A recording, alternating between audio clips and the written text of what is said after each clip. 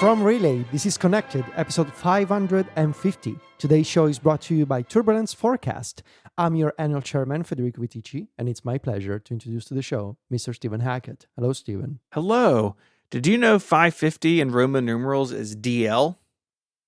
Yeah, makes sense. Connected episode DL. Keep it on the down low. Keep it on the down low. Yes, I'm Stephen Hackett. Hello, Federico. And we are joined by our keynote chairman, Mr. Myke Hurley. You know, until you said that, I thought I was the annual chairman. I've forgotten what chairman I was. Keynote. Oh, so I've got to compete in a few weeks' time. Dude, WWDC is around the corner. I mean, May is here. Wild. And it's not as close as I think it is, because I keep doing things that suggest that the next month on the calendar is June, but it's not. So it's close, but to me it's further away than I think it is, which is nice. But it's coming up. It's coming up real soon. I'm getting excited, to be honest. I'm excited for WWDC this year. I don't know how you two are feeling, but I'm looking forward to it. I'm excited about a redesign in the sense of like the user perspective, but I was on the phone earlier with Underscore. I was like, from that perspective, real scared.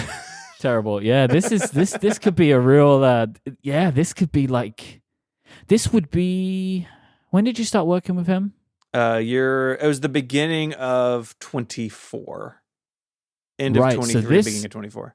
So this would be potentially the first like big summer, because 23 last year was big, right? Yeah, 23 was widgets big everywhere. And then last year, like we did a bunch of stuff in Widgetsmith, but it wasn't like Apple had drastic changes for us. Yeah.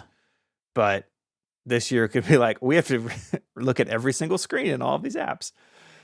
I look forward to that version of Steven for June to September of this year. I'm excited for him.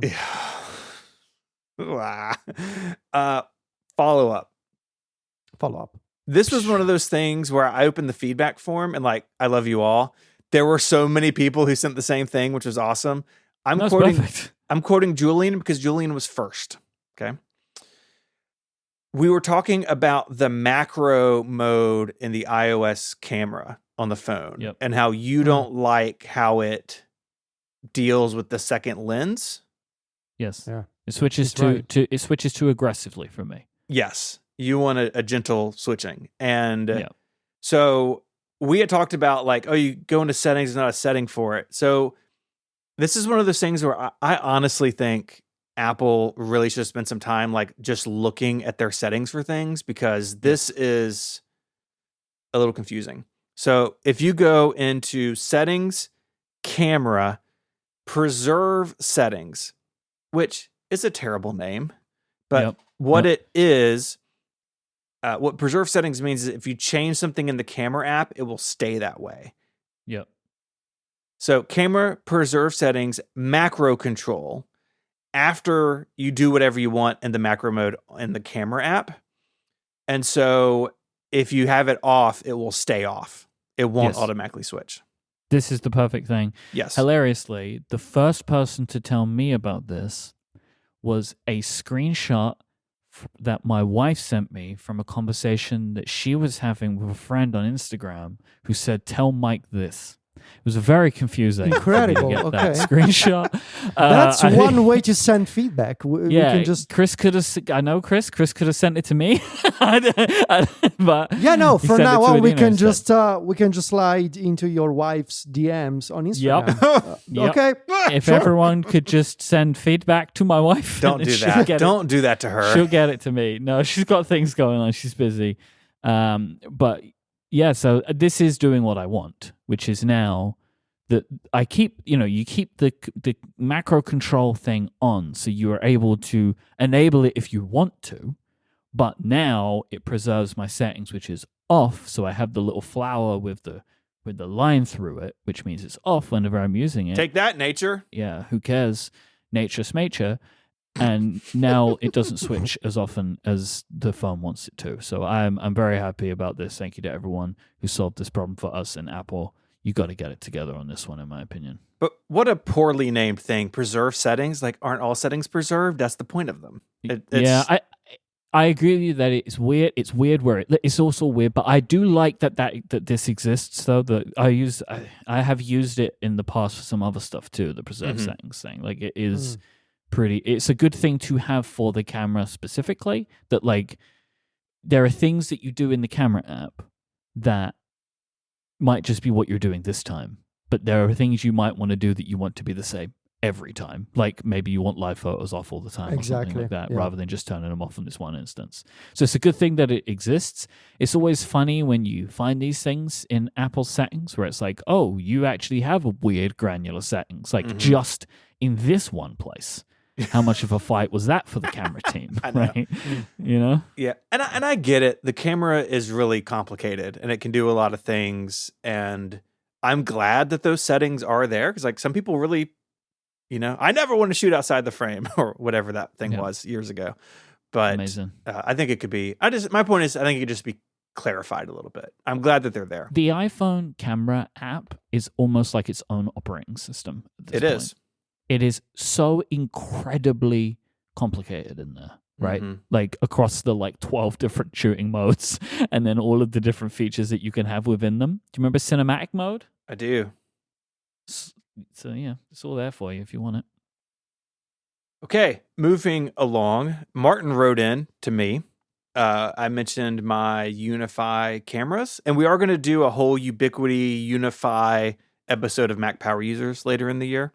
But for now, Martin asks, do your Unify cameras natively support the Apple Home app? If not, are you just using the Unify app to view and control? So they do not support the Apple Home app by default. You could probably, someone emailed me, is like, you could pipe them in through like Home Assistant or something. I don't necessarily, I actually don't want my cameras in the Home app because I don't like the What was that noise, Myke? What was that noise? Sorry, was that out loud? No, he said Home Assistant. You're like, I can't. Like, I find it, I hate Home Assistant and all those things. I know people love them, and I know it's just so complicated. Like I had Homebridge set up once, and then the Homebridge server, the clock changed, and then everything broke, and I couldn't log into the server anymore because the clock broke. And I don't know how the clock could break, but it did, and then that was the end of it. And there was no more Homebridge for me. So yeah, I only have one thing in Homebridge now. When I was using Ring stuff, I had more in there. But to answer Martin's question, I use the Unify app. So they have a camera app, and it is every bit as good as Ring or Nest or any other, sort of consumer camera app that you've ever used. But what I really like about it is you have nearly endless customization when it comes to notifications. And so say that you want to be notified only if a car is in your driveway, but not a person. Like, because it can do basic object recognition. And I don't have this set up on mine, but you can do facial recognition. Be like, oh, if it's my wife approaching the front door, don't send me a notification. But if it's a stranger, let me know. Like, you can really dive into that. And so I'm using, they call it Protect. It's the Protect app. And I've been very happy with it. And it's been great. Unify make a camera called AI Turret, which I just think is like a bad... That's a terrible name. Yeah, that's really bad. Just a friendly name. The AI turret that's just going to look at you, Yeah. I mean, looking at their whole thing, right? All of their imagery, it all looks like Portal. Everything's like lit up. Like G5 Pro with Vision Enhancer looks like the AI turret sounds like the name of a product that the guy who's like who deals weapons and is now also making a Game Boy would make. You know the guy? Palmer Luckey? Yeah, it sounds like a Palmer Luckey product. AI turret. Can I make can I say something on the show, which is a safe space? Oh boy. Sure. Jim, get ready. Someone reached out to me and they were like, "Hey, would you like this cool Game Boy that we're making?" Yeah. And I was like, "Sure, like I'll take one of those." And so I got sent one. And then like 2 weeks later, I was like, "Oh no!" Here's the headlines. I was like, "Oh no! Oh no! I'll never talk about it. I'll never talk about it." But Disclosure! They sent me the Game Boy, and it's really nice, but like it's really complicated because like not poor great. Myke. You know what I mean? Poor Like, Myke just wanted a Game Boy. Myke just wanted a Game Boy. Game Boy. Why have you got to do everything else? Is how I feel. Couldn't you just make a Game Boy instead of dealing weapons? Just make it. Just choose. Yeah. Why is it gotta be stay in both? your lane. That is the biggest stay in your lane, right? Like, I mean, look, it's a spectrum, all right? On one hand, there's a Game Boy, and on the other, there's a weapons dealer. So... God. It was like it was one of those things. I was like, it just on that one. Coming from a guy who makes a Game Boy with a little weapon on the side, It's made of it's like heavy. It's like made of aluminum. Yeah, it's apparently like a really good Game Boy. Look, even. I will tell you, I'm not telling you to buy one. All right, it's called. I'm just no point in hiding. It's called the Mod Retro, right? Like that's the thing. I'm not telling people to buy one, but I will say it is a really nice piece of equipment. But yeah, disclaimer, disclaimer. Oh, Disclaimer. I'm not even going to put this link in the show notes because people will see it and be like, oh, but like I feel like I've made myself really clear at this point. They're all sold out at the moment. Okay, I think it was very popular. Look at these colors. Yeah, it's a very nice piece of hardware. Yeah. I'm sorry, but I gotta shout out this comment in Discord. Zoe is saying, hopefully Ambernick won't get into weapons manufacturing. Now that's gonna tank NPC. Yeah, you thought tariffs were doing you in? Nope, it's war crimes. Oh boy! Ambernick, if they get into weapons manufacturing, they're gonna make like 20 different models of the same gun. and it's like and they all come out a week apart. Okay, sorry. Enough with the weapons joke. This is not comedy material. No, okay? it's not. We're there are done. beats in cars. Beats in cars. Okay. Daniel wrote in to say regarding Beats branded products, my friends have a smart #1. That is the way you're supposed to say it, apparently. And it comes with a Beats branded audio system. In their trim version, there's a lowercase b in all of the speakers. There's also a sporty Brabus trim of the car, which has an uppercase B Brabus all over the car, in addition to the lowercase b branding of Beats. There's a link in the show notes to the smart #1, and you can see some pictures with the speakers with the Beats logo all over them. Yeah, who knew? Well, I guess Beats somebody probably did. This is one of those things where I feel like not everybody knows. We didn't, but Daniel did. So, like I feel like even like, how old is this car? Is it new? Like 2023. All right. So this to me feels like just one of those things where like there are people at Apple that just don't know this. Oh, Tim Cook didn't know about this until Tim did not know until that right this now. happened. Yeah, this is just a thing that like nobody knows about. Yeah, now they do. There's a picture of the infotainment screen not running CarPlay. It's like no. Come on. There's a little fox on the corner though. It says Why? comfort mode, and there's a little fox. Is that comfortable? I don't know. Let me tell you a thing that's happened to me in my life. Right. So I was going outside a couple of days ago, and all of a sudden, huge if true. Yep. I know. All of a sudden, just flash of color and noise at the fence. I was like, oh, it's a fox. We have foxes sometimes in our garden. They're just hanging out. The problem this time is it was actually a family of foxes. And there were two adult foxes. They left, but the fox cubs didn't. They're just in the garden now. And they're not scared of me like the adult foxes are. Okay. So we just got these little fox cubs running around, which is adorable. They're kits. They're called kits. Kits? Kits. Fantastic. Thank you for letting me know about that.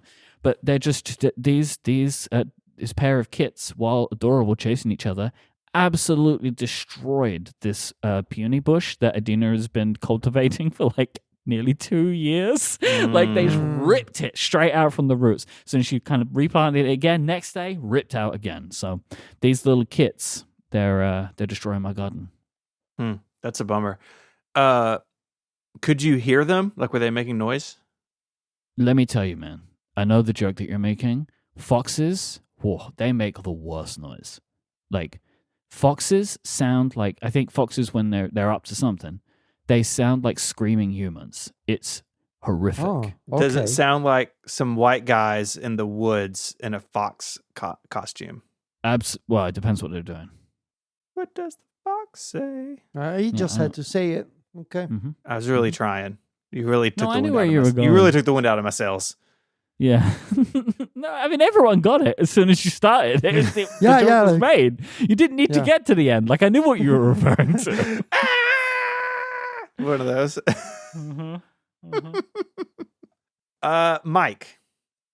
Yeah. You are trying to improve yourself. Yep. Who isn't? Finally. Oh, wow. And you... Wow. And you have asked us how we learn things. Yeah, so, all right, here's the setup for what this. is happening? Spoiler, we don't. So here's the setup for this, all right? I'm earnest for a minute. I look up to both of you as people that are very knowledgeable. Very knowledgeable. And taller. And taller. That's why you look Steven. up. Stephen, you wished. All right. Federico, I don't remember. I am taller. I am slightly taller. Are you? Yes. Yeah. Yeah, I'm the shortest. Okay. Yeah. So I do look up to you both because you're taller than me.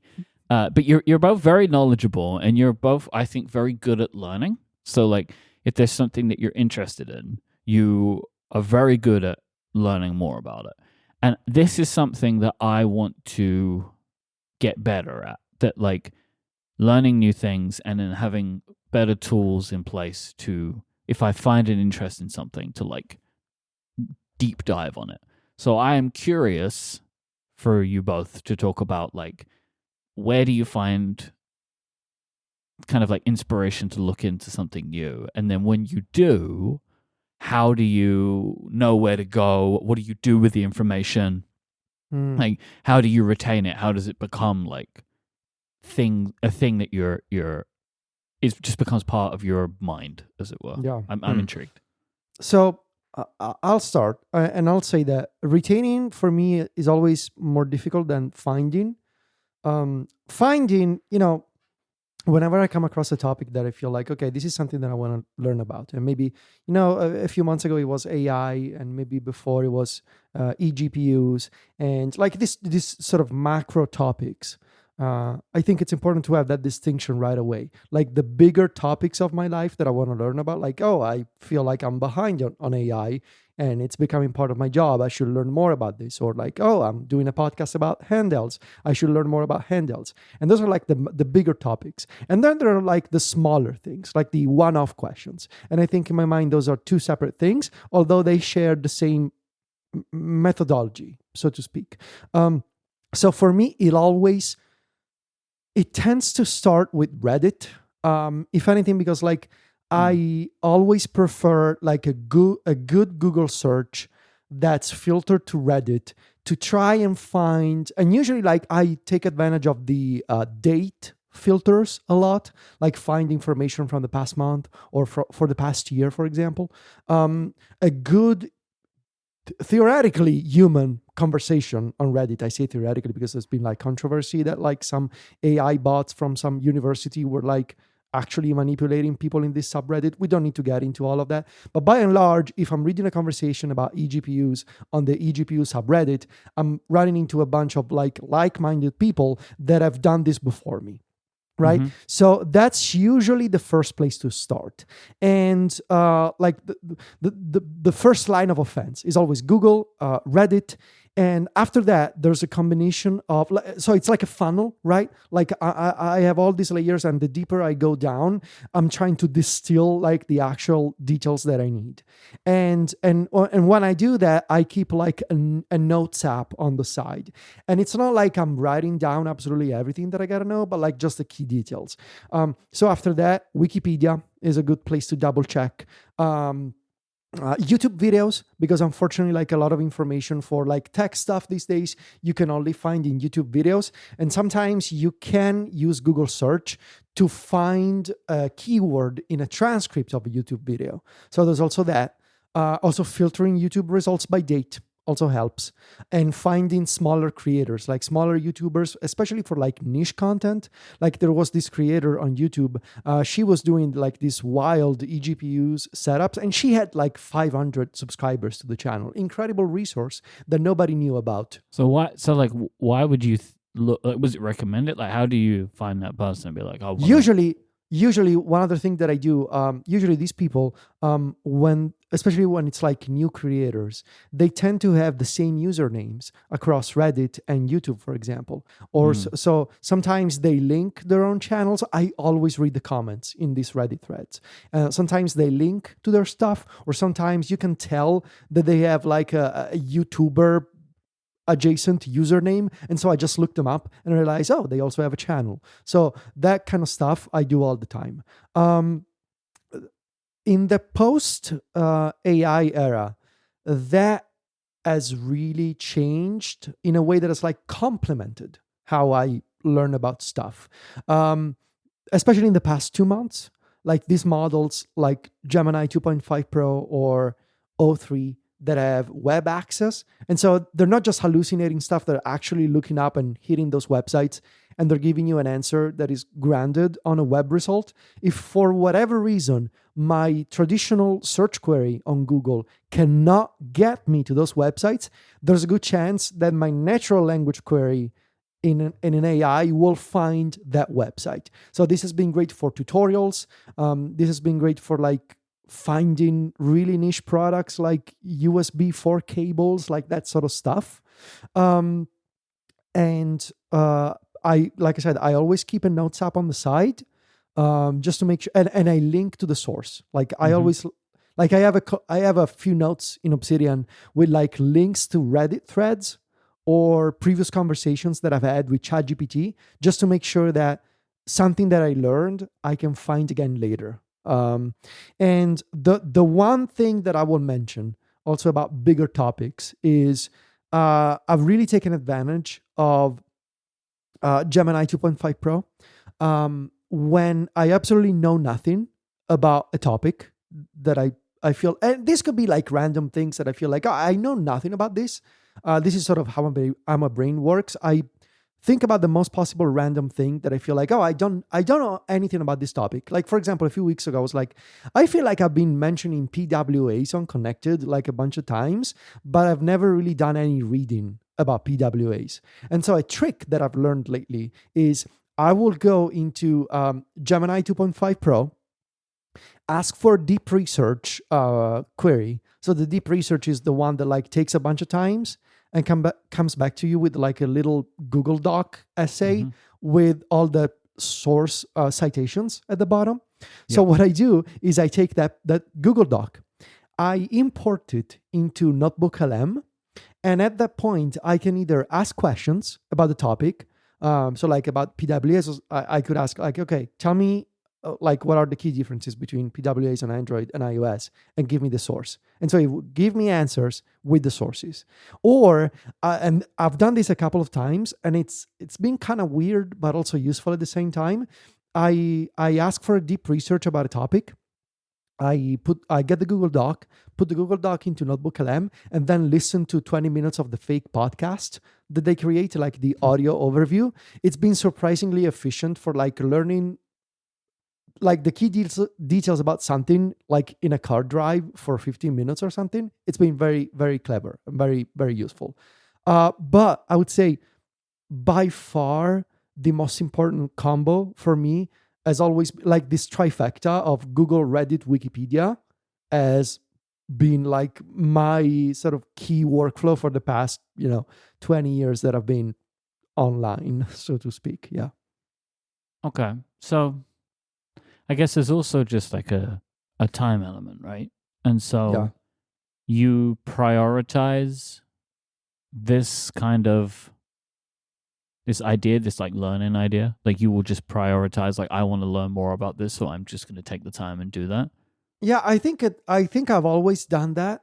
Like I've always been a curious person because I get I think one of the key things that Sylvia and we have in common is the fact that we get bored easily with staying the same or using the same things. Like, we get bored with the status quo of anything pretty quickly and regularly.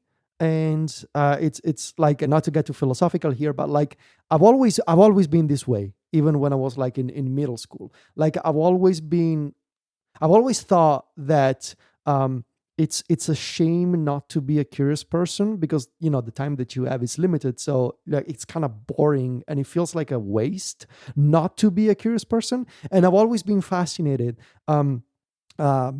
Sylvia's grandfather, he passed away a decade ago, but until he was like 92, he was like still writing books and browsing the internet and asking questions about stuff. Like he always, and that person like really had an impact on me in terms of like, look at this guy, he's 92 and still learning about stuff. And so I feel like, especially in the past 18 years of my life, I've always made an effort to be curious and not to settle on knowledge, like especially pre-existing knowledge that I have about something.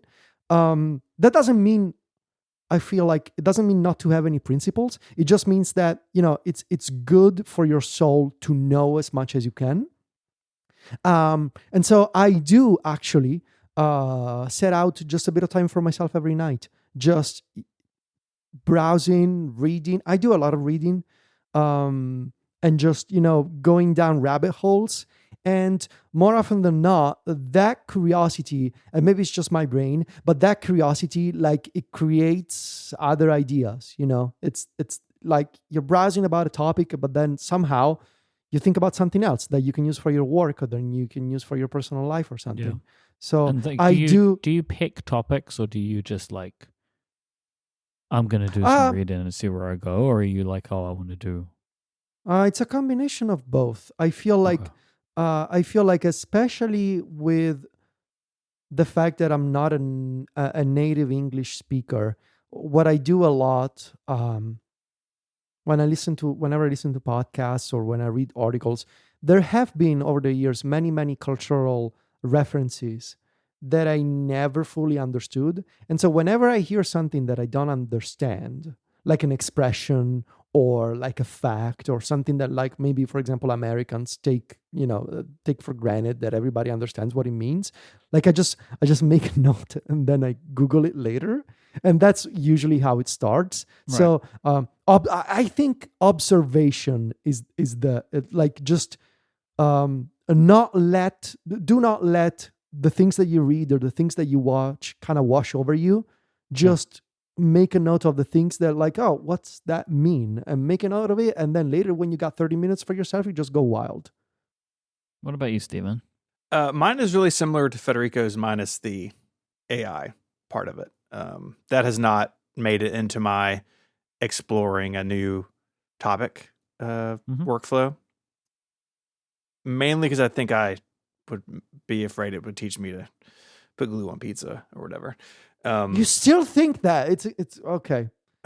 It doesn't tell you that anymore. I'm far less optimistic about it than you are. We have swapped places, I think. But it's I mean, I think Reddit, Wikipedia, those are all good things. I mostly thought of this question in a work context. So like I've done a lot of this over the last, year and a half working with Underscore, right? Like learning how to work on optimizing paywalls and like all sorts of stuff that I'm doing, right? And having those resources online are really good. And I think for like more casual stuff, like like everyone else, because of the influence of Jason, right? Like I've been listening to episodes of The Rest is History and like learning about what were the causes of World War I. Like I knew kind of vaguely like someone got shot, but those sorts of things, I think that story is amazing. Yeah, I think those sorts of things, like podcasts and potentially AI, could be a good fit. But yeah, Federico's, I think, is actually really good. And yeah, with everything on the internet, right, and everything and AI and everything else, like verification is good, right? Like I'm not gonna watch just one video about how to rewire my house. Gonna gonna supplement that in various places. But having these resources at our disposal is just like amazing. Like what this question really made me do was just kind of reflect of like how lucky we are to live when we do in terms of this stuff. Like I can just look up like how to replumb a toilet and do it.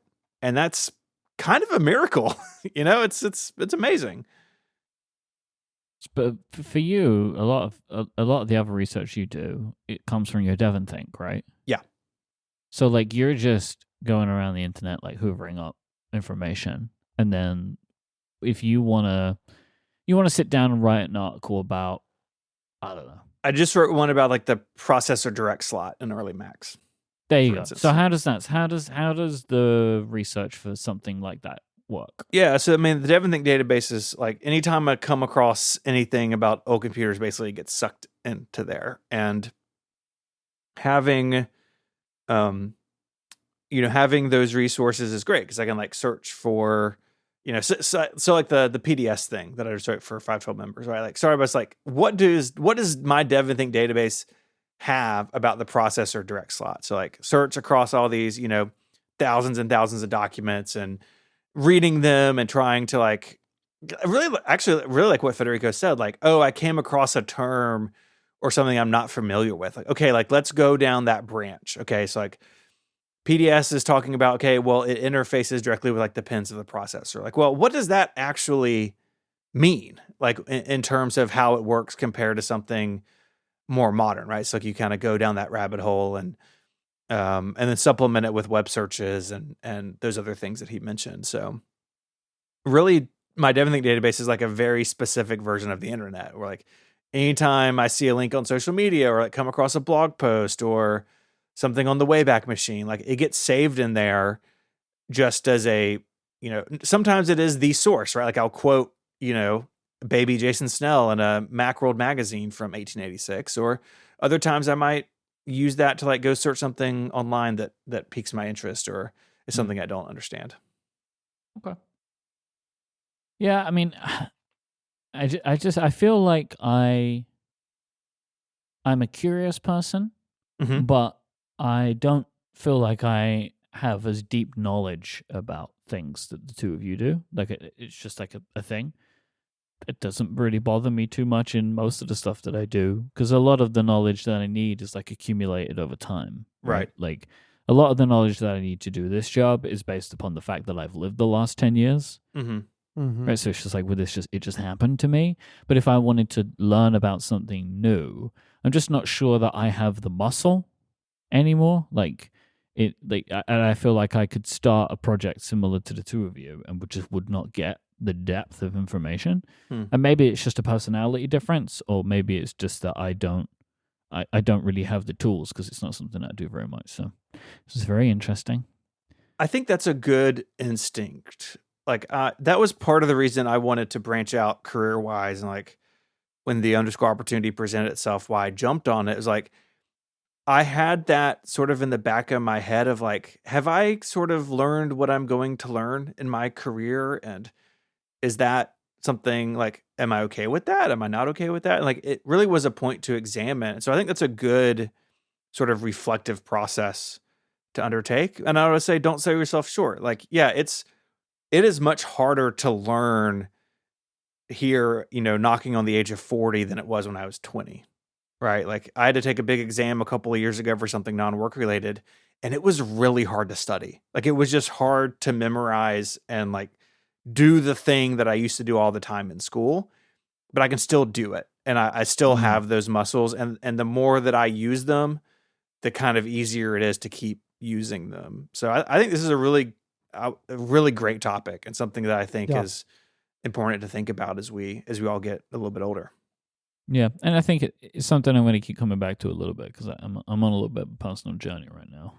Yeah, and I really think there's never been a better time to learn about anything. When you consider just like the devices that you have, just the many search tools that you have on the internet, how you can use AI as an assistant for this sort of stuff. I really feel like I would be so curious to see how I would be a student today compared to when I was in school 20 years ago. And I really think it's. I also think it's important to say that it's like you are a curious person. I feel like maybe what you're looking for is a little bit more of a practice. Yeah. When it comes to reading or taking notes or whatever, and just use whatever you want. I think you mentioned you were using Readwise Reader. That's an excellent way to save a bunch of articles about like being a father or something and highlight that stuff. And now you can use that. They have that feature on the web where you can search your highlights with natural language. And so you can do, hey, have I ever highlighted anything about X topic? Yeah. You don't need to build a complex system, I guess is what I'm trying to say. And Readwise is definitely like something that I think is going to be key for me. Like I like how easy it is. I like the tagging and I like the highlights. I think that the kind of the set of features it has is really good. The thing that is just I keep stumbling on is like, where do I find the things to put in it? It's like where do they come from? And again, I feel like I'm slowly getting there. But it's difficult because, I mean, one of the areas that I'm trying to learn more about is just design, right? Like industrial design. And it's difficult. I'm finding it difficult to find resources that speak to me. Like, I'm trying to find like, who are the Federicos and Stevens and Jasons in this world? And it's difficult. It actually might not exist, like in like the very specific area that I'm looking at. And I'm like poking around, and I'm trying to find these like voices of people, that make sense to me. But it's tricky. Yeah, especially on the web where like so much stuff is locked up in video. Like that's a thing that Google's got to solve with YouTube. It needs to be much easier to search for things inside. I really do think that for that kind of like subjective, like you're trying to find sources by comparing other sources to a different field. I really do think that you should give these new AI tools a try, like this deep research things. I have, I used. I've been working with an OpenAI deep research query to do this, and it's been okay so far.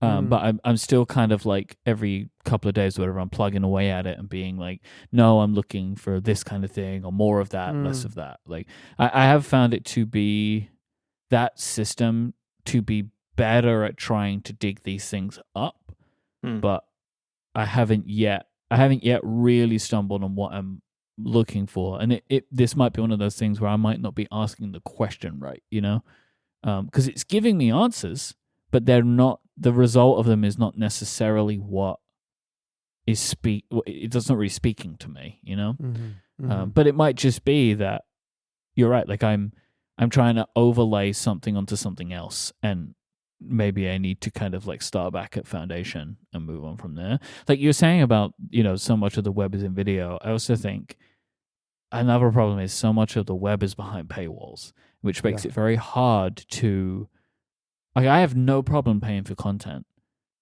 but I like to try and know that it's the content I want before I pay for it. Yeah, for sure. Yeah. Which is and not all websites really seem to get that. It's just like, no, you would just pay. It's like, yeah, but I'm coming here for the first time. Like, I need you to kind of let's work together on this a little bit, I mean, Myke, that's why Connected Pro is such a great deal, because it's just more of this. That's a great point. For $7 a month. That is such a great point. Or $70 a year. So you get a couple of free months. Yeah, and you get Discord and a bunch of other cool stuff. And you can hear about how Steven thinks he's a hero. I am a hero. Indeed. No, you think you're a hero. This episode of Connected is brought to you by Turbulence Forecast, the easiest way to know before you go how smooth or not your flight's going to be.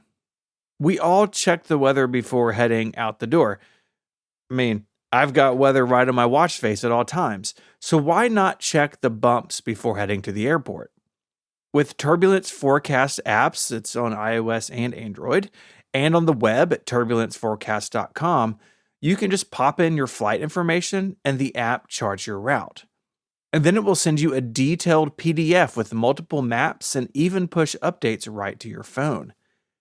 You'll see exactly where there might be turbulence and where it should be nice and smooth. It's updated throughout the day, up to 42 hours ahead of time. So it's perfect for timing bathroom breaks, or flying with kids, or just keeping your nerves in check if you're a bit like me. They've also launched Navigator, a new 5-day Outlook map that's perfect for planning a whole weekend trip, or picking a calmer day if you're flexible. And that same 5-day window is coming soon to their automated forecast tools. Check it out for yourself at turbulenceforecast.com/drift and see how steady the forecasts stay over time. And if you want a personal touch, Turbulence Forecast offers a handcrafted forecast where the founder, who has 20 years experience, personally looks at your flight. He'll answer your questions and even suggest smoother options if you have some wiggle room. And I have it on good authority that he's a big Connected fan too, which is awesome. Turbulence Forecast is always adding new features, and every update makes flying feel a little less stressful. So if a bumpy flight has ever made you nervous, head on over to turbulenceforecast.com. The link is in the show notes, but it's turbulenceforecast.com. Fly smarter and way smoother with Turbulence Forecast. Our thanks to Turbulence Forecast for the support of the show and all of Relay. All right, Federico, right before we started recording, you dropped a link on us that Androids may be getting a redesign here in May at I.O. Yeah, it seems like it. The folks at Android Authority, they posted this article showing screenshots of what looks to be a pretty big UI overhaul for Android based on hidden settings in the latest, in beta 4 of Android 16, which is currently ongoing. Android 16 is supposed to ship at some point in June, I think. So that would be after I.O. And we're looking at, I'm looking at these photos, these side-by-side comparisons of the current Android and the supposedly redesigned Android. And it's funny because part of me thinks that it kind of looks like one of those like Samsung skins of Android, like One UI. What is it called? It looks very... It looks, it's a little bit more rounded, obviously inspired by iOS. Is it OnePlus who it's just iOS? OnePlus is just fake iOS. It is. Samsung is like kinda iOS. Yeah.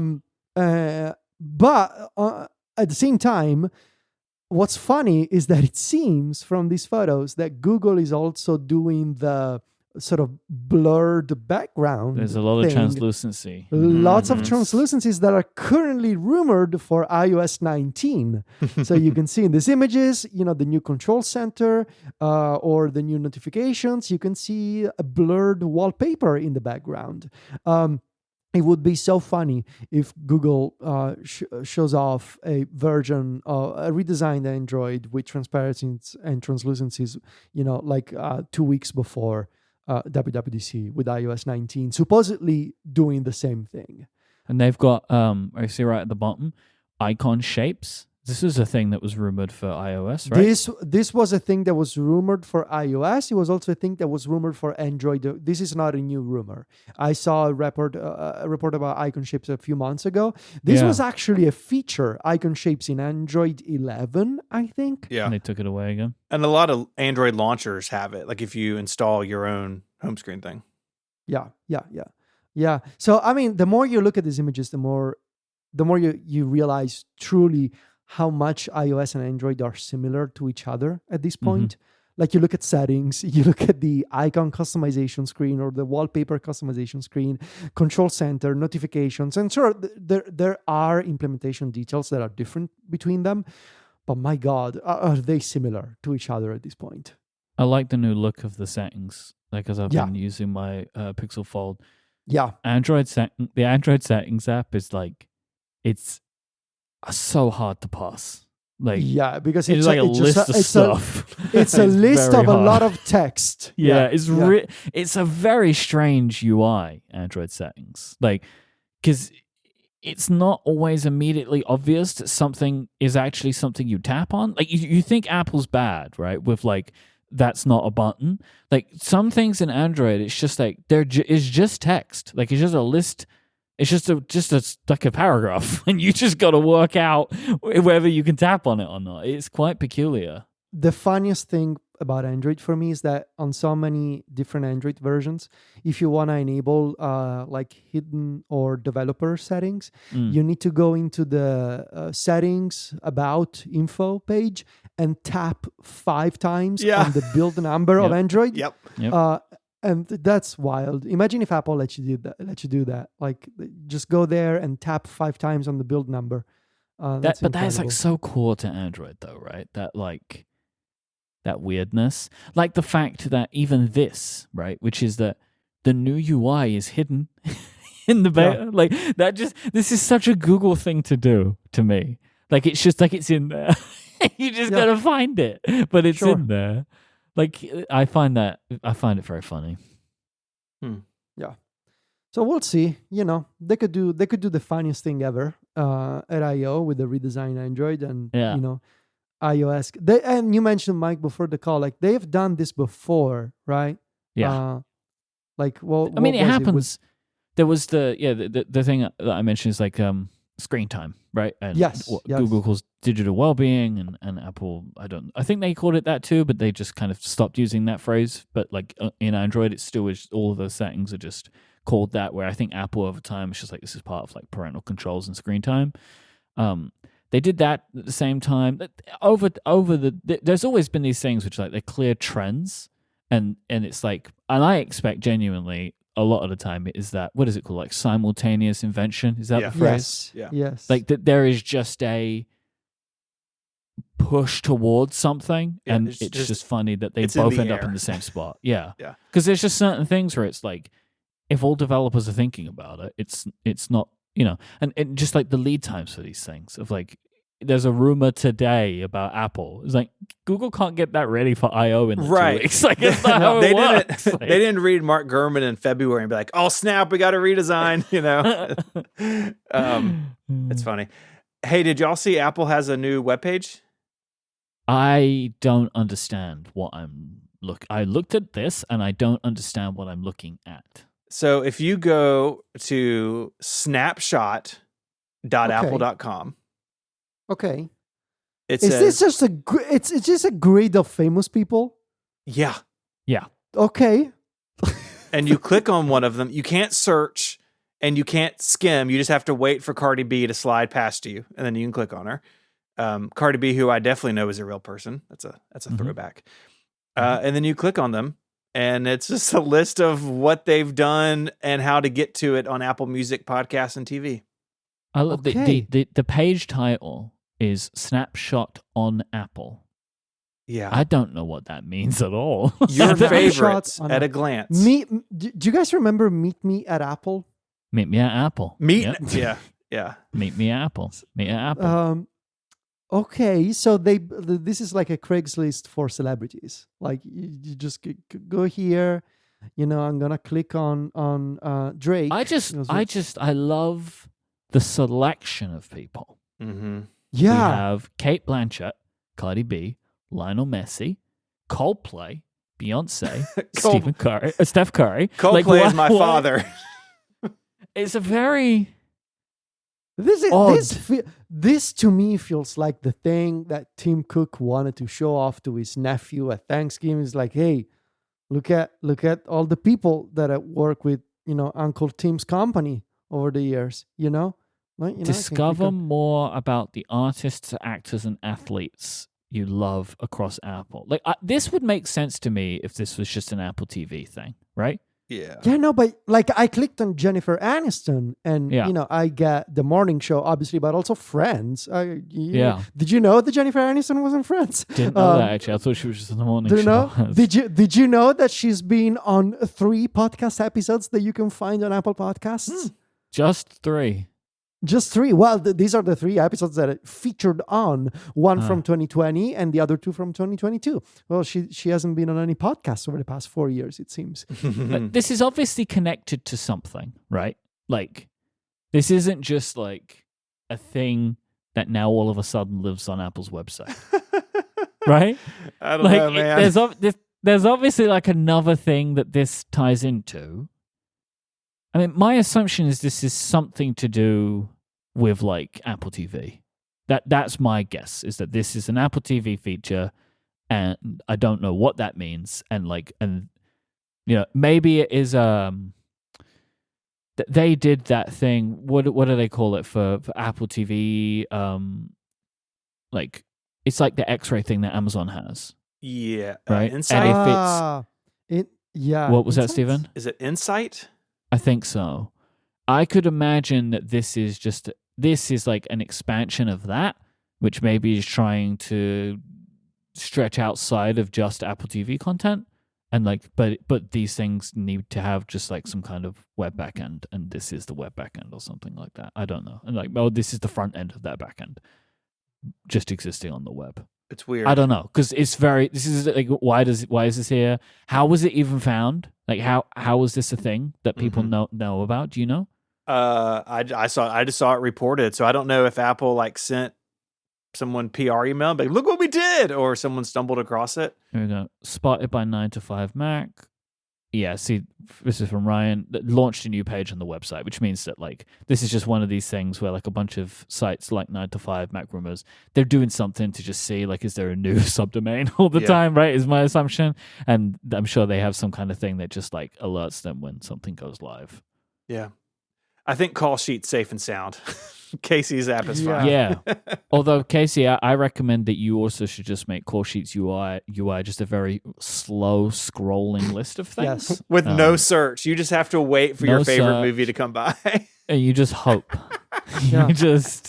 You hope that maybe it's the, I don't know, some classic movie that you want. Did you guys know that Post Malone is an American recording artist? Whoa. Did you know that? I'm happy to know. Oh. Federico, have you seen his the thing that he did on SNL 50 where he sang "Smells Like Teen Spirit" with the rest of Nirvana? No, I haven't. You have to look this up. It's incredible. He sounds so much like, oh my god, why is his name going out of my head? This is Kurt terrible. Cobain. Kurt Cobain, thank you. Yeah. He sounds so much like Kurt Cobain. Like it's a very, very impressive performance. Yeah, I mean, he played with the remaining members of the band. Unironically love Post Malone, so I will find that. Yeah, you'll like this. It was quite surprising. Yeah. Oh man, I actually loved the latest country album by Posty. Everyone's doing country, man. Yeah, everybody's doing country. Thanks, Steven. Yeah, thank you. Why is that on me? You're the closest to it. I mean, that's why you exported from Memphis, right? I mean, it's country music and Elvis. The most time that I will hear country music in a calendar year is when I'm in Memphis. Yeah. Mm-hmm. I mean, I think our export is like blues and rock, but that's fine. And you, obviously, on the internet. And me, obviously. Yeah. Okay. I need to tell you something. Okay. Last week, people will remember that speaking of simultaneous invention, you both came clean about using a Pixel Fold as a secondary device. Yeah. Yes. And I just sort of sat here quietly, just listening, absorbing. Okay. As you do. As you do. Holding court, really.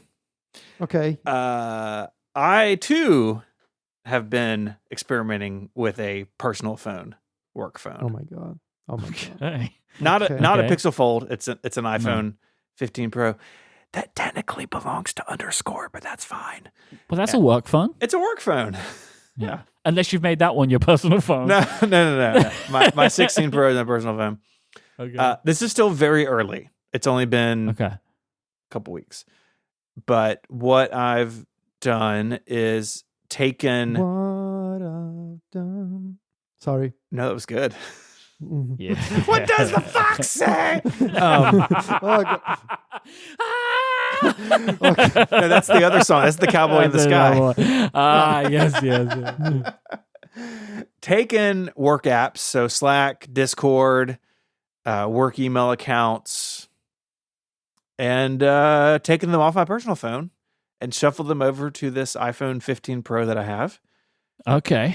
And so my personal phone, I'll talk about safety nets in a second.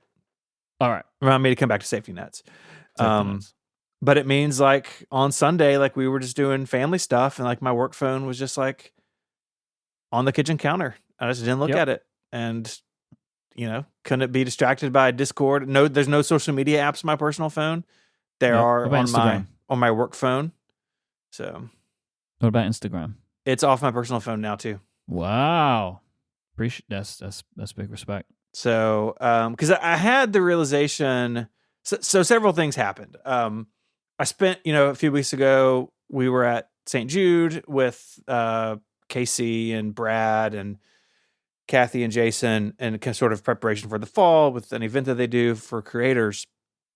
Like a bunch of my friends at ALSAC and St. Jude have work phones, and they do it because like they have company information on them, and like so it was peer pressure. Okay. Well, so I talked to a couple people, and they were like, "No, don't do it. It's a pain in the butt to have two phones." Yep. But the idea of like you could just leave it behind and it's not with you, it was compelling. And I just had the realization, because I work with a lot of British people or people who live in England, that basically the first thing I do, like when I pick up my phone in the morning, is check Slack, because there's relay stuff, there's stuff with David, like it's not, and I don't like that. Like I found myself like responding to things in Slack at 6:30 in the morning, and then basically not being at work for another 2 hours, because I get up, I help take kids to school, and my workday basically starts around 8:30 or 8:45 after the school run. And I just didn't like that. And so I was like, well, this is an experiment worth undertaking. I have this phone for beta purposes anyways, and let's just set it up and see how it goes. And so yeah, that's kind of the state of it right now. Happy to answer any questions. And I do want to talk about safety nets. Yeah, let's talk about safety nets. Okay. Let's talk about them now. So, again, let's refer back to our friends at St. Jude and ALSAC, right? A lot of them, I don't actually have their personal phone numbers. I have their work phone number, right? Because in our relationship is within a work context.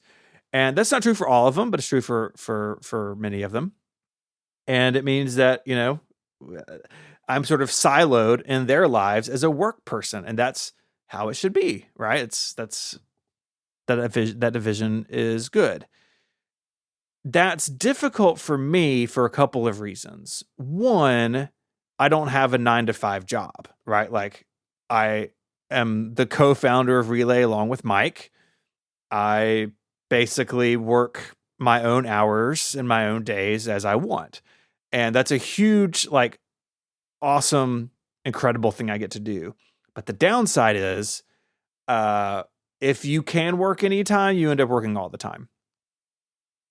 So that's sort of like point one, is like, I don't have clearly defined work hours normally, even though I try to end my day at 5:30, stuff happens. For instance, our developer who works on our CMS at Relay, he works extremely part-time for us. He's a freelancer for us. And that means his availability is only in the evenings, right? So like if Ben is going to be working on something, I got to be around. So that's kind of point one. Point two is everyone I work with already has my personal phone number. And so I am not going to go to 45 people at Relay or whatever and be like, here's a new phone number. Don't contact me on my personal phone. Like I'm not going to do that. Can you imagine? Stop texting me. So that's coupled with the fact that all of us, or most of us at Relay, we're pretty disciplined that work happens in Slack and like personal conversations happen in messages. Now that's not 100%, but I would say that's probably 80% true, right?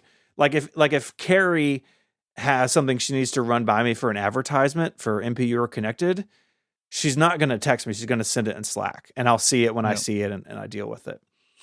So instead of this being a negative, I'm viewing it as a positive. I'm viewing it as, if I don't have Discord or Slack on my personal phone and like something really hits the fan, it's always been with people I work the closest with, text me, right? Like if something is, you really need me and I'm not on Slack, you can text me. And so that is my safety net here of like not having these apps on my personal phone to say that I leave the work phone at home and we go out somewhere.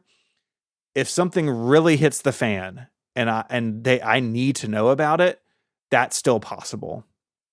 And so far, I feel like that's actually a pretty decent balance for my world, the way that I work, and 10 years of history of being independent, like all these things that are already true in my life, that having my personal phone with me all the time and people having that number is actually a good thing in those cases where, I published an episode of Connected and we forgot an ad and Carrie's trying to get a hold of me to fix it. Like, I need to know about that. That's on the list of emergencies within Relay. That's really high, and she can break that glass in case of emergency. Does that make sense? So is Slack on your personal phone at all? So Slack currently is on the personal phone with no notifications. And that's a stepping stone, and it's not going to last. It is going to come off at some point. Okay, cool. This is good that you said that, because like I would like to take Slack off my personal phone, but I don't feel like I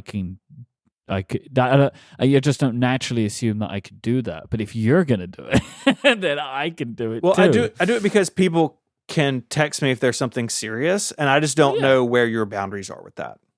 But it's the same though. People can always text me if I'm serious. But I also have I've been doing a lot of reflecting. It's like I actually just don't think things are ever really that serious. Like I just don't. Very rarely. It's very so rarely. rare that I don't know if it's something that needs to be like that prepared for. You know? That, and so part of this, like the reflection angle of it, I didn't really realize this until yesterday when I kind of sat down and was like thinking through. I took some notes separately from the Notion just for myself in this conversation. And what I've realized is this experiment is maybe not direct, but it is a result, it's a byproduct of my sabbatical in October, which is now like 6 months ago or something, which is hard to believe.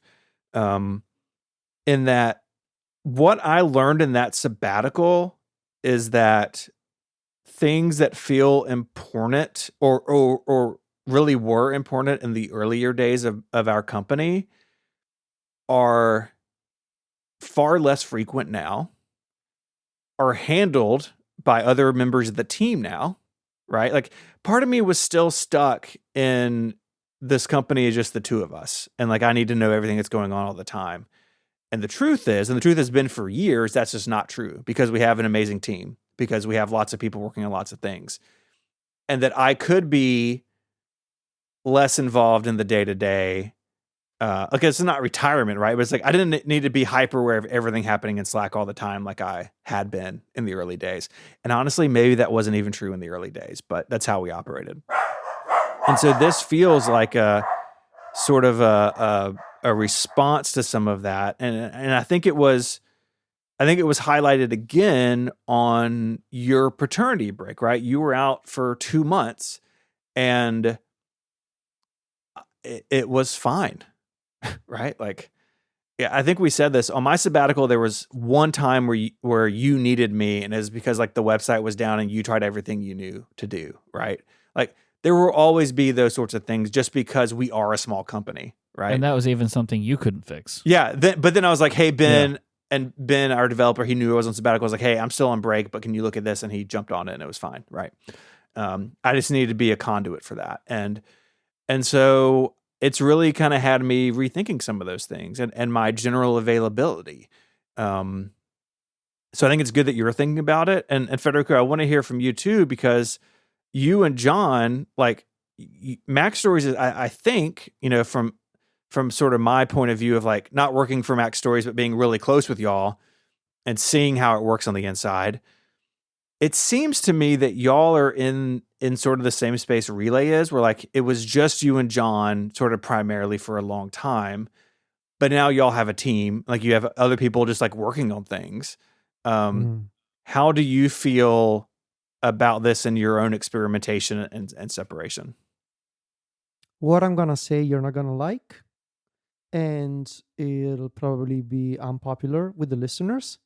But I'm sorry, just who I am. I don't have any boundaries. Never have. Yeah.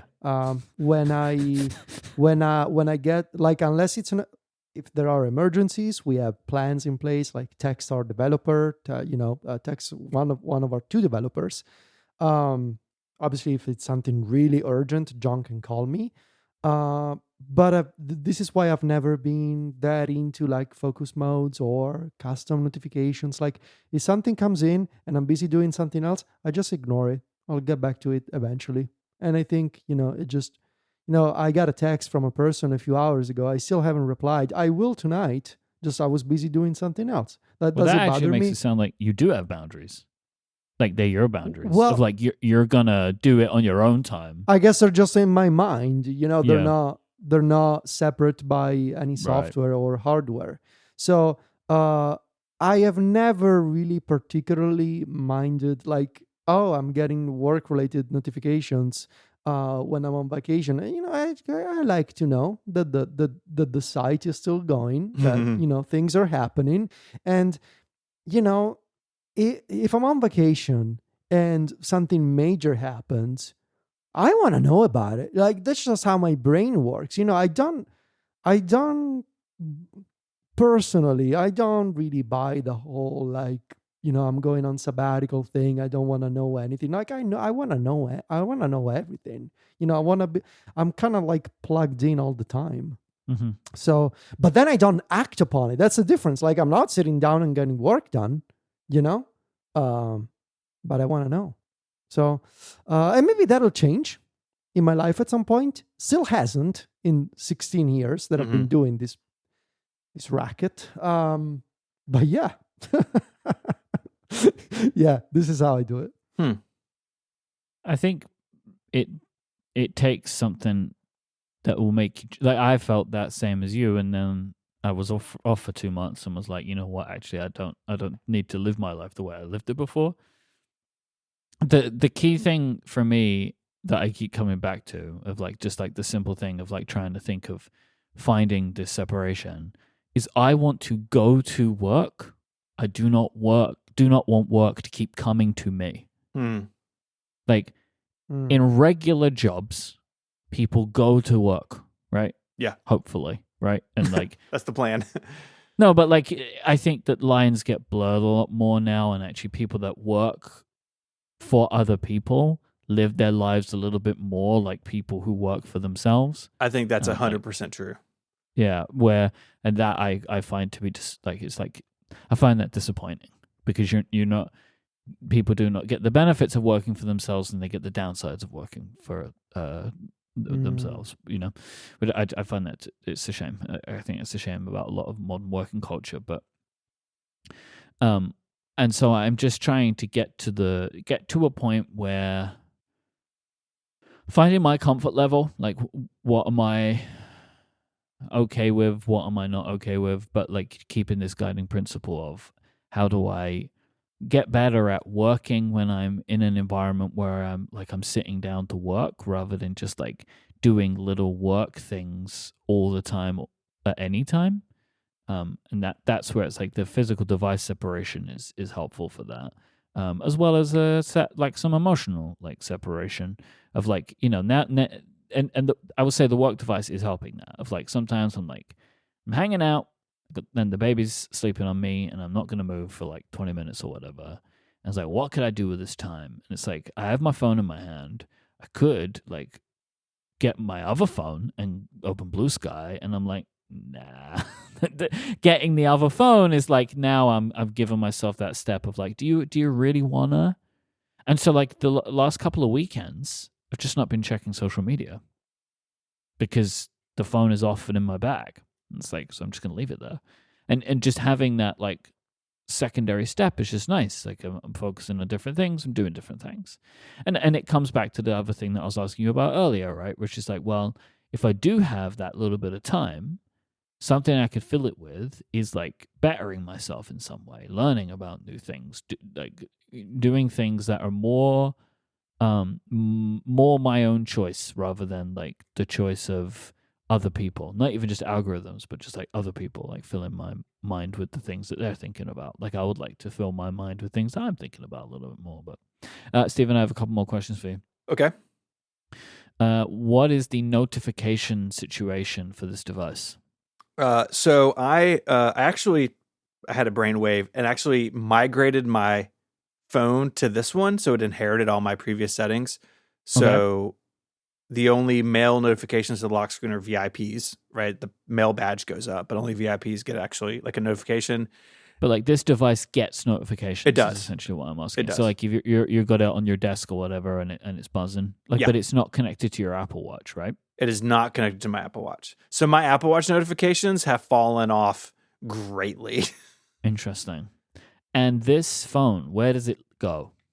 So it's for instance, yesterday I had a doctor's appointment, like kind of midday. I took it with me because like it's work hours, you know. If someone, you know, I'm around, I'm just kind of like in the waiting room and then like seeing a doctor and then like, you know, so it was with me. But in the evenings, I've been plugging it in the kitchen. So if something, you know, I can check in if I want to, but it's not like I know some people don't like this. I do charge my phone on my nightstand. It's not coming in the bedroom. Like it's not charging on my nightstand. Mm-hmm. It is in the kitchen if I'm at home, and I can pick it up and check it if I want to. And if I don't, then it just sits there. And it has a cellular plan? It does. I put a T-Mobile, like just the cheapest T-Mobile plan. I did the same. I keep getting text, and I actually turned off FaceTime because I kept getting calls. I think whoever had this number for me, their friends think they're dead. Like, it's like, where are you? Like, are we hanging out? It's like, I just, so I have messages notifications off because I don't need those. I do have iMessage. You should say, yeah, I'll be at the spot at 7 p.m. I'll be at the spot. Just That's like, terrible. See what happens. That's terrible. Be at the spot. I do have messages turned on because there've been a couple of times like, oh, there's this thing on Blue Sky. I want to share it with, you know, a group though with John, but I don't like, I just use my phone number for iMessage and not my email. And I do not want to change that. And so it's like, oh, I'm like sending the link to myself and then sharing it. That part is messy and not worked out yet. That is incredibly complicated when you're using other operating systems. Yeah. I would not want to do this with an Android phone, honestly. This has been my biggest sticking point so far. It's like I see a link and I want to add it to Apple Notes. It's like, well, how are we going to get it? That's why I use Obsidian, because it's everywhere. Yeah. So this has been a thought of mine of like I'm trying to find like what is a good way to send that stuff. I'm thinking, oh, maybe I just put these links in Readwise and put a special tag on them and like remember to check Readwise when I'm doing my show prep to grab the little links. Oh, by the way, I guess that. while we're on the topic of juggling iOS and Android at the same time, did I ever tell you guys that I've been texting you on iMessage from Android for the past like 3 months? Oh my God, are you using Beeper or something? One of those things? I'm using Blue Bubbles. On Blue my Bubbles. Mac Mini, I've never heard of Mac it. Mini Blue server. Bubbles. Yeah. One of the reasons for the Mac Mini server. Okay. Yep. Interesting. Yeah. I don't think I want to do that, but it would help a lot of stuff. It's very convenient. It's very convenient. You will notice when a text from me is coming from Android when I'm sending you like a link and the link bubble doesn't expand. That's coming from Blue Bubbles. So it's not doing the like rich expansion thing? Yeah. Okay. Oh yeah, I'm scrolling back in our group thread. There are definitely some examples of this. Yeah, see, yeah, that's coming from Android. Yeah, click to load preview. That's really funny. I do have both. I mean, the work phone is signed into my iCloud account because like I do want like a lot of what I've done on it in the last couple of weeks is like screenshots for stuff. And it's like that's really helpful if it's just in my photos library. So like it's sharing an iCloud account, but messages is just on that random T-Mobile phone number that no one has. And I can text myself something if I need to, or use AirDrop. It did remind me, months ago on the show, we talked about this, where you can turn off the my phone gets close to another phone and starts airdropping, because if you have two phones, that's really annoying. Oh, I have that off on the work phone, so it doesn't like try to talk to my other phone like over AirDrop all the time. But yeah, it's an ongoing process, and same. I think, you know, based on the early days of this, I am actually really happy with it, and we'll see. I'm sure it will evolve and change over time, but for now, that's kind of the state of things. Yeah, my kind of another week on my takeaway currently is there are a lot of things that would be much easier if I had a second iOS device. Yeah. But also, maybe making things a little bit harder is also the point. That's what I'm not settled yet on like what that means, because there's been some stuff that I've resisted so far, like Slack and stuff like that. But I think I'm going to give it a go of taking Slack off my iPhone and just see what happens there. Like, this is weird. It's like super weird, and maybe it's just like weird to talk about, but it's just like I feel like we're not a new business. It's like an old business now. It's like a really old business now, and like maybe it's okay to like settle into some new ways. And with our newer things that we're both working on, so me and you, that we're still in a stage where we can just kind of like establish how stuff's working. Yeah. And it is maybe that it's just like not always on worldwide. Do you know what's really wild to me is I had the thought the other day, you know, assuming the rest of this year goes okay, I will have spent my entire 30s being self-employed. That just like, it blew my mind. I don't know why, but it did.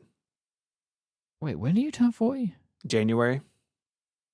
Wow. No way. Yeah, and this summer is 10 years of me leaving my job. So I guess that makes it like I'm going to turn 40 pretty soon. It's like a thing that I've not realized. Couple years, yeah. No, it's in 3 years. I'm also sooner than I want. I'm never gonna say that I'm 40. I'll be like 37 or 38 forever. You'll be one of those people. I can pull it off. Yeah, I can pull it off. You could pull it off. Yeah. Yeah, you got to count backwards and then go up again.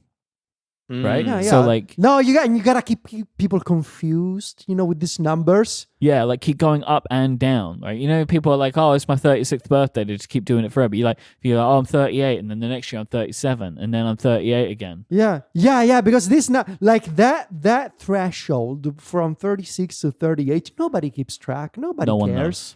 No one knows. Like 36, 38, whatever. So I'm just gonna alternate between those three numbers and whatever. Yeah. Legitimately, right now, I could not tell you how old I am. Like, I actually don't know. I do not know how old I am. Does anybody know? 38. 37.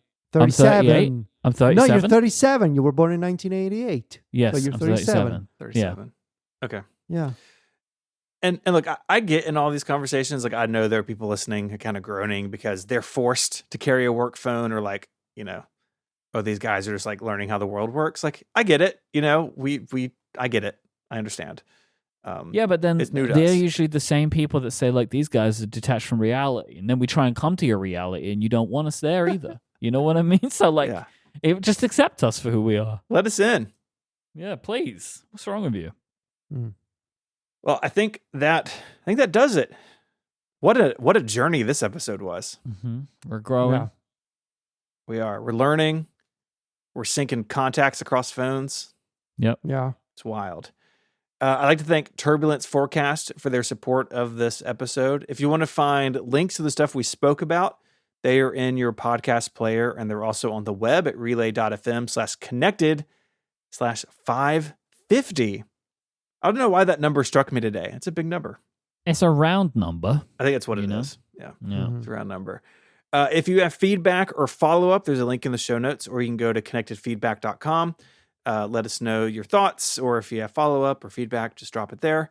And if you want to join and get Connected Pro, which is a longer ad-free version of the show that we do each and every week, you can go to getconnectedpro.co. We talked about it earlier. $7 a month or $70 a year.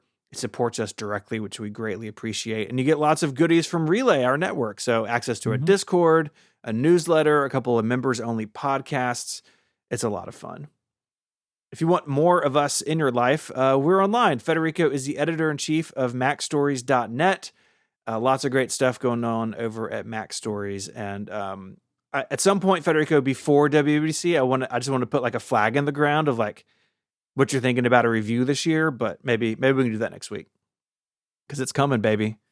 It'll be a pretty short answer, but okay. You're no doing review. I gotta do it. I gotta do it. So I don't know if you had like changes in mind or something, Nah. I feel like, I mean, we're having the conversation now real quick. Yeah, I actually, this year, it feels like you can't make that decision until WWDC happens because you have no idea what you're in for, right? No, but I'll do it regardless. You're going to do it, but like, how involved is it going to be? Like, the answer to that question is quite nebulous right now because it could be like, hey, it's a redesign year, and also, hey, now apparently iPadOS is macOS. You know what I mean? So like, yeah, find out. Yeah, or it's a redesign that changes, and you're making screenshots at midnight the night before launch. Oh yeah, that sucks. Anyways, we saved ourselves a future conversation. Myke hosts many other shows here on Relay. You can check out his work at Cortex Brand. Myke, you've been teasing some new things with Cortex Brand. I'm very excited about. Yeah, next Tuesday. It's going to be great. Pocket notebooks. And then you can find my writing at 512pixels.net, and I co-host Mac Power Users here on Relay each and every Sunday. I'd like to thank Turbulence Forecast for the support this week. And until next time, guys, say goodbye. Arrivederci. Cheerio. Bye, y'all.